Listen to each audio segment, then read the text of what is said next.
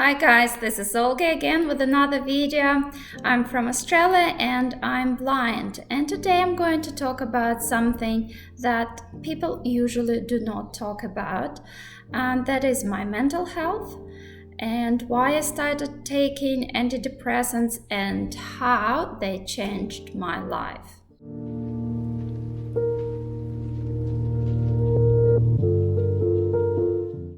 To be honest, I have always been a pretty passionate person, but I think at some point of my life, of course not overnight, but gradually, I realized that I was an emotional mess. I would just yell for no reason. I would get angry at an instant. Anything could trigger me. I would have fights with my husband, I would have fights with my children. I just didn't feel good at all about myself. I was questioning my worth. I was questioning not only my sanity, but actually whether I was worthy to live. So I had suicidal thoughts. I felt incredible amount of anxiety over tiny little things. So, for example, I would feel absolutely overwhelmed when making snack box for my child when getting ready to go out for a few hours. So things like that would absolutely throw me off, of my control. So the control is probably the key word I want to use. I had no control over my emotions. I had no control over being able to stop feeling angry, being able to stop myself from feeling sad, even though I would understand my behavior was not acceptable, but I could go for 3 days being angry over a tiny little thing, and it was just so disruptive for our family life. To be honest, I thought we would get divorced.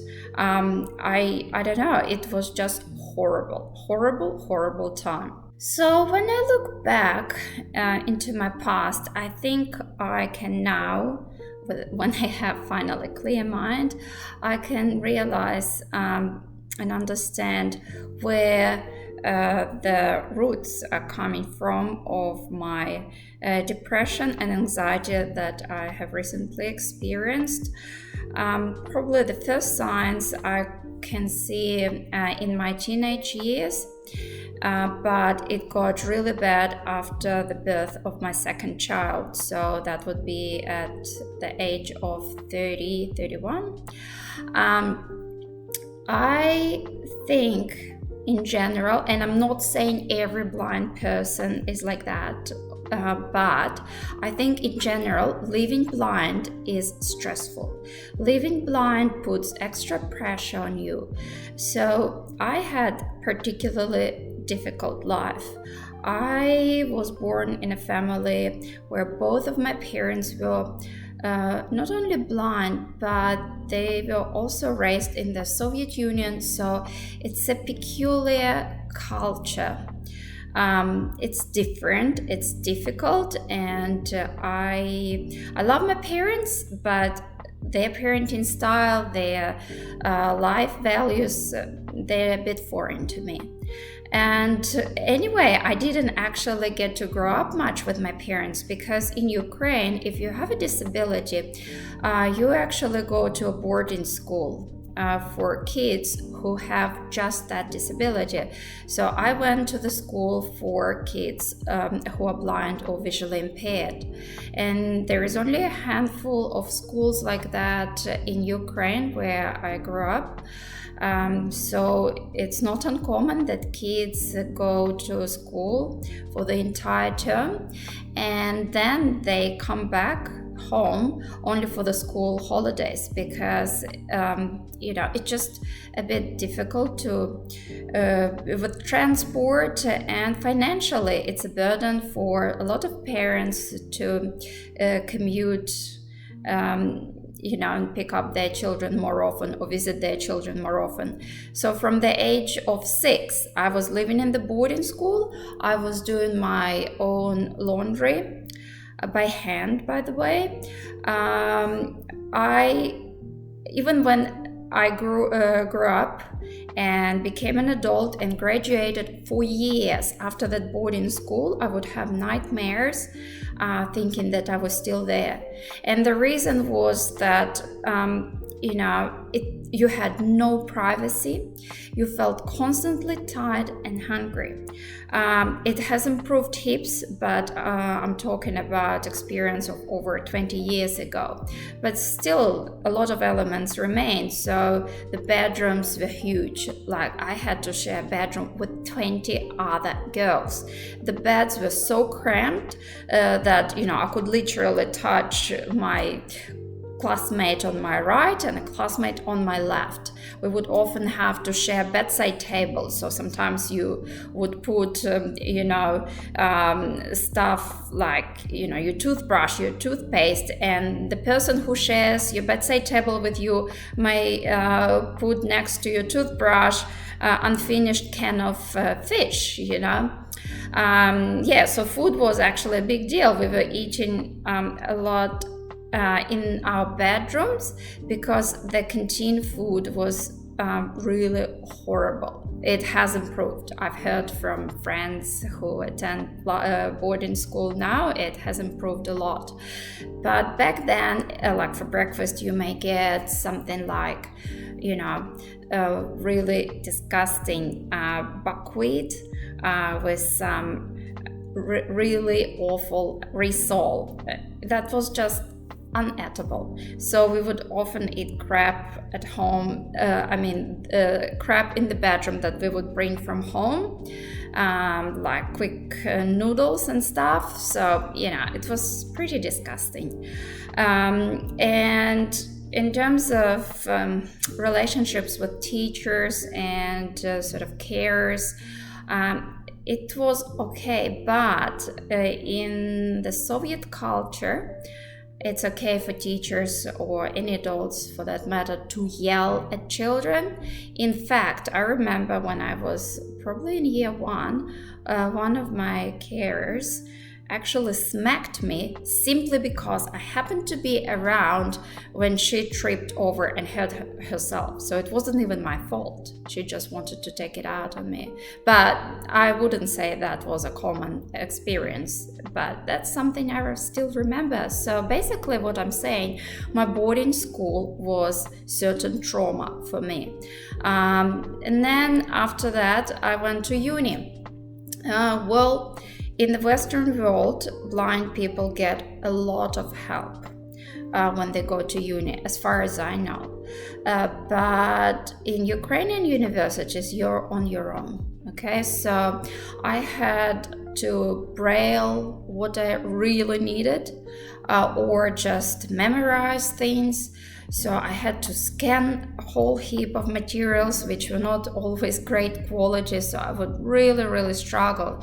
So some assignments that would take my sighted group mates maybe 30 minutes would take me literally 4-5 hours. That was horrendous. And of course, getting around university was not that easy either, because nothing was brailled, nothing was really accessible. So sometimes I remember when going to an exam, I would worry more about finding the room rather than actually the material. Anyway, so that's another stress I had to go through. And then I got married when I was 19 and divorced when I was 23. I became a mother when I was 21. And, that was quite a horrendous experience, all of it, without going into details. And then employment. Okay, so in Ukraine, blind people get a tiny pension, which doesn't get you anywhere. So of course you want to be employed, but not only blind people, absolutely sighted or fully able people struggle to get employed. They are often unemployed. So it took me years and years of hard work and perseverance until I was able to get an okay job. So as you can see, I had plenty of stress in my life, and some of it was actually specific to being blind. And of course, as if you're a blind person, you know that on daily basis you drop something and you can't find it, or you constantly worry, okay, did I pack everything that I may need, as a blind person, let's say your braille note and your cane and everything, so it's just more stressful to live when you're blind. And why I'm talking about it is to explain why I think I got to that emotional mess that I was in.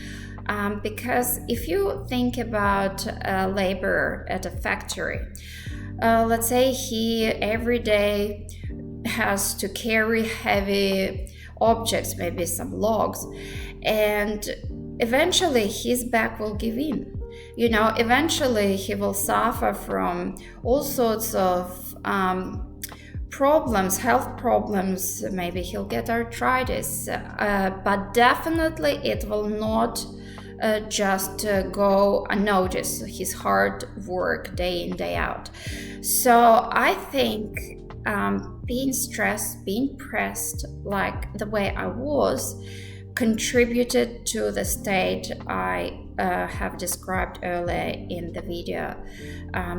So I think it perfectly makes sense to be where I was, even though I want to say one more time, I'm not suggesting that everyone who goes through challenges becomes an emotional mess, but we're all different, right? Some people can get sick with whatever, like let's say a cold easily because they have low immune system, and maybe my genetic doesn't quite I don't have very good emotional strength. So as I said before, I had symptoms of depression and anxiety since probably my teenagehood. So why did it take me so long to start taking antidepressants? Because that's exactly what I'm on right now. So I think the reason for it is that I simply didn't recognize that I was depressed, that I had anxiety. I simply thought, oh, I'm a bad person. I have difficult character. I'm emotionally unbalanced. I was putting all those negative labels on myself without even considering that maybe I simply need medical help. And I'm so grateful to a friend of mine who shared with me her experience that I so could relate to.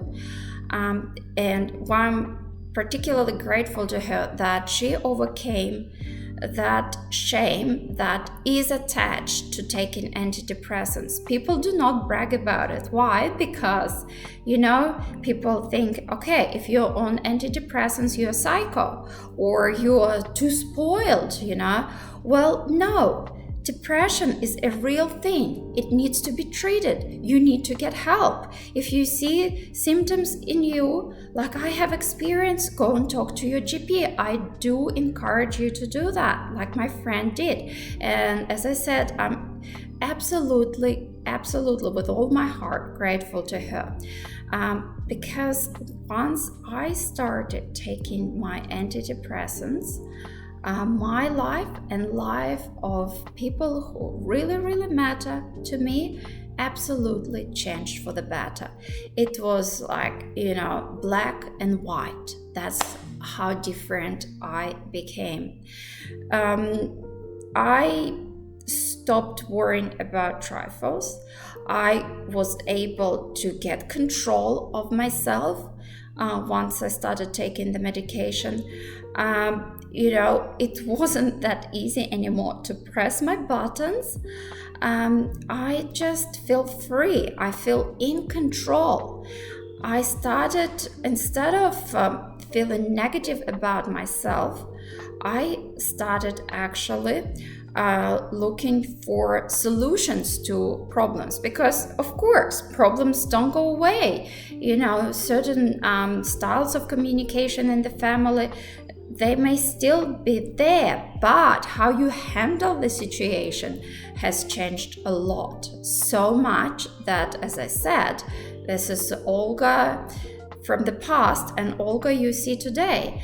And instead of channeling my energy into negativity, which I had been doing, I actually absolutely exploded, with creativity, with happiness, with energy.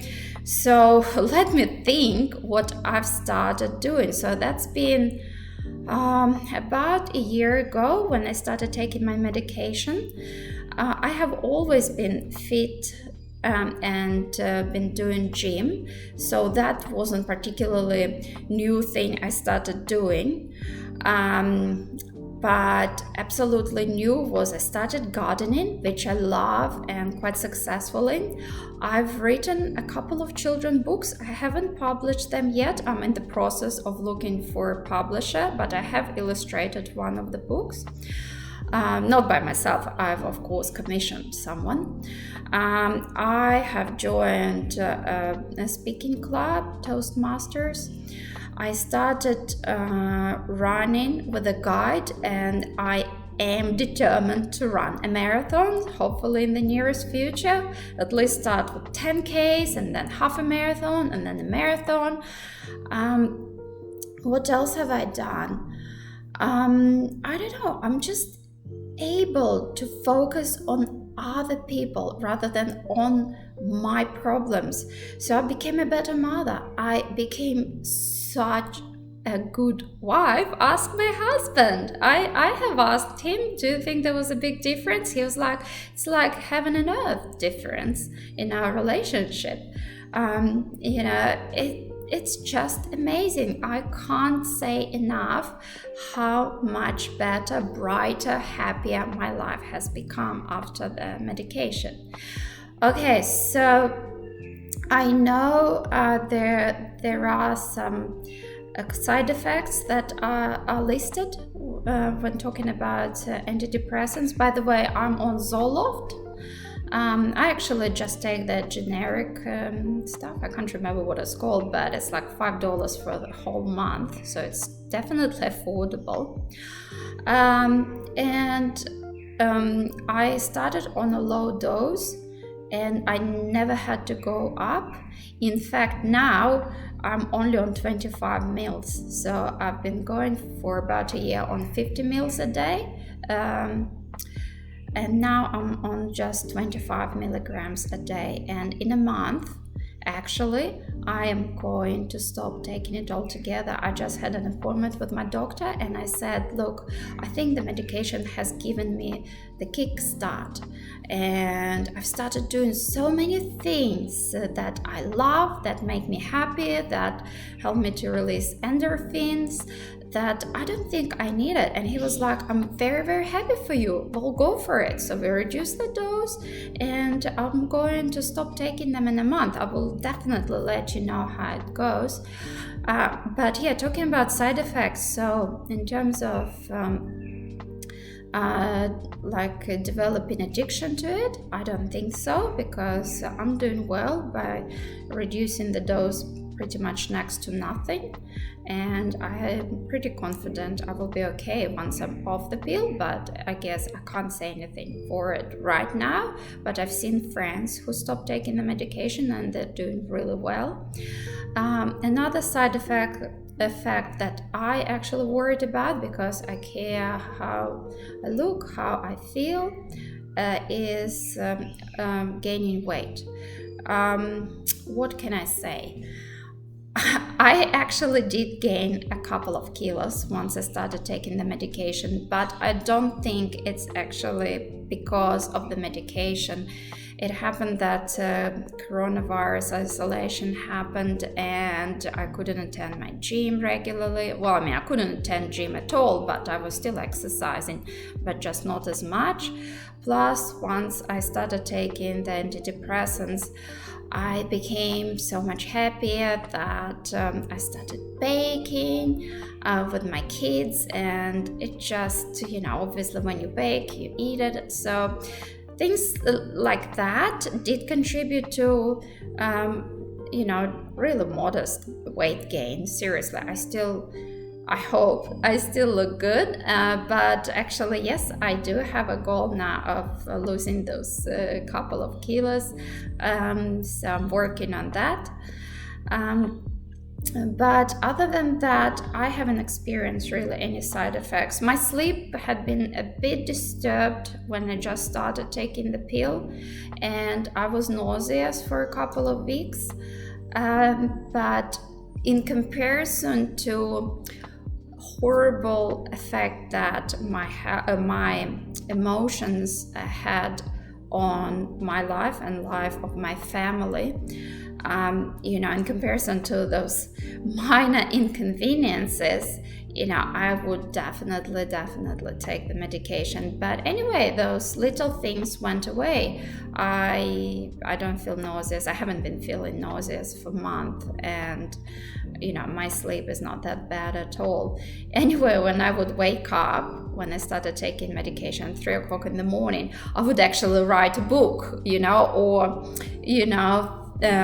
script my next YouTube video, by the way. Hey, if it wasn't for the antidepressants, I wouldn't be recording any of these videos, because I was inspired. I had a kick, to reach out to other blind people, or people who want a bit of encouragement, thank all to the antidepressants. And I just think, when someone has a heart issue or kidney issue, they take medication for it, and even if it's lifetime support they need, that's what it is. So if I have certain physiological deficiency in my brain that I can't stay happy and calm, well, look, I will go back on the, my initial dose of the medication and live like that. I personally don't see anything wrong with it. You do what you have to do, and no one should judge you. No one should judge me. I think, I share this to make sure you get help if you need it. And please share how it goes, and I will definitely get back to you and tell you how I felt once I stopped taking the medication. Well, good luck, guys, and I'll see you soon again. Bye.